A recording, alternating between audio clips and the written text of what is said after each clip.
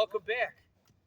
I'm going to do a short wall ball demo. If you don't know what wall ball is, it's one of the best movements you can do all around. It's definitely a killer fat burner.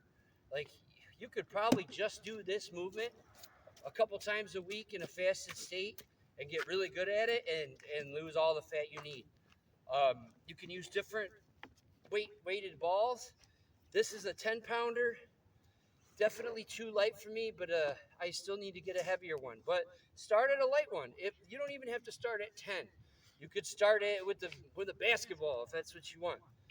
Um, but the idea is to play around with the weight and make it heavier and heavier, and also the amount of reps. But the key thing is there's a few keys. One is the full range of motion. You're going to get sick of hearing me say that, but it's super important. A full range of motion. So you start down at the bottom, all the way down at the bottom of the squat. This engages the elasticity of your hamstrings and glutes. Very powerful. And then you spring up, come up off of your feet, explode. Now, I can't explode as much as I would like to because unfortunately I don't have a wall high enough. So I have to kind of adjust to basketball, um, this basketball hoop. But, we're only as good as the environment we're in. We make do. So I start down, go all the way up, explode up into the air. If you have a heavy enough ball and a tall enough wall, you should really be able to explode up. Feet come off the air. Obviously, this is an explosive jump. You're keeping the ball to your chest as well. That's gonna help propel the ball, and really, that's what you're driving the ball with. This is not just an arm exercise. You're actually, if I could, I would show the ball coming up just using my chest. This is very, very important. And anybody who does Olympic lifts or cleans or anything like that, or Zerkers for that matter, definitely will profit from this movement and understand it. So I'm keeping the ball and I'm actually driving with my legs. That's what I'm using to give the ball as much strength as possible. Um, so from there, now unfortunately I can't go full out, but once I reach the top about here, then I can start using my arms. And you want to time this. There's a lot of timing in it. You're going to want to what's going to happen if you've never done it is you're going to come up, you stand up, and then you're going to throw it. So try not to do that. It should be one solid movement, and it's beautiful. It's magic once you get it, and it also the the gains you get from this are unbelievable. This is why if you ever follow CrossFit, the CrossFit guys love this and they go crazy over this. They'll do like 100 reps and they do all these challenges, and that's because this is 100% beast mode. So once again, I'm starting at the bottom. I come all the way up and I shoot, follow through, and I want to hit it just enough so it comes back to me.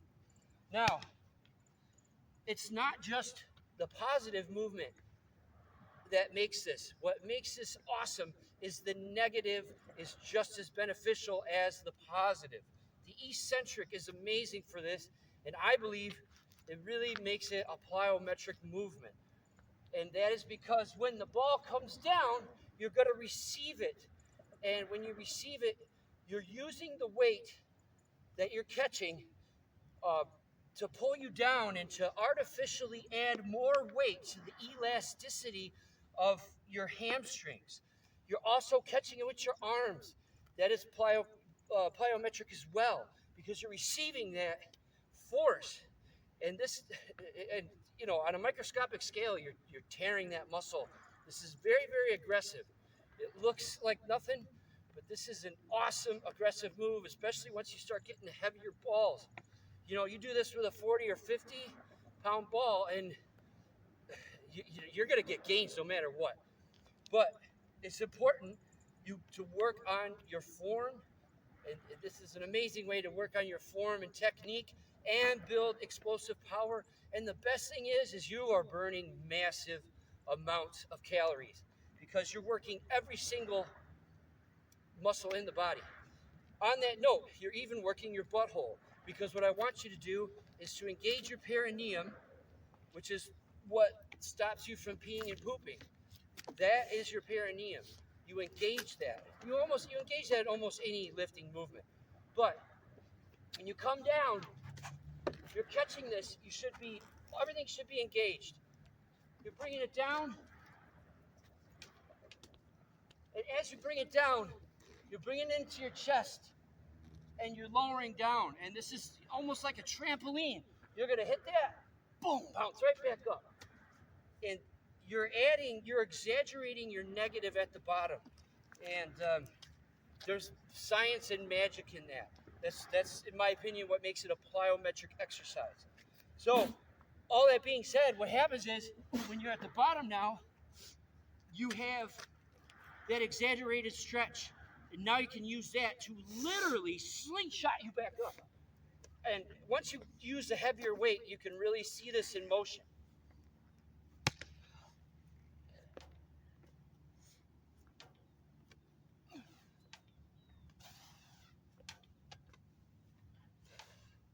This builds tremendous power out of the bottom of the squat. So you're building power and burning fat. I told you can do it. And you can do it with even just this. Make sure you have proper form. My squat is, comfortable, but I'm going all the way down. I also practice external rotation, which means with my foot on the ground, I'm twisting. Now, I don't actually twist my foot, but what happens is my knee moves out like that. That is proper mechanics, and it will take care of your legs. Another caveat or another detail I want you to notice is I'm still sitting into a proper squat. So I'm sitting back. Look at my butt is back. My knees are nice over, they're not way out front here like that. That's going to tear you up. You need to sit back. And you'll feel it. You'll feel it all in here. Even with the lightweight, even though I'm not doing it as powerfully as I'd like to, it doesn't matter because I can just add more reps. So maybe I would do 10 to 20. Well, with this ball, maybe I do 30 to 40. One more time, I'm going to show you.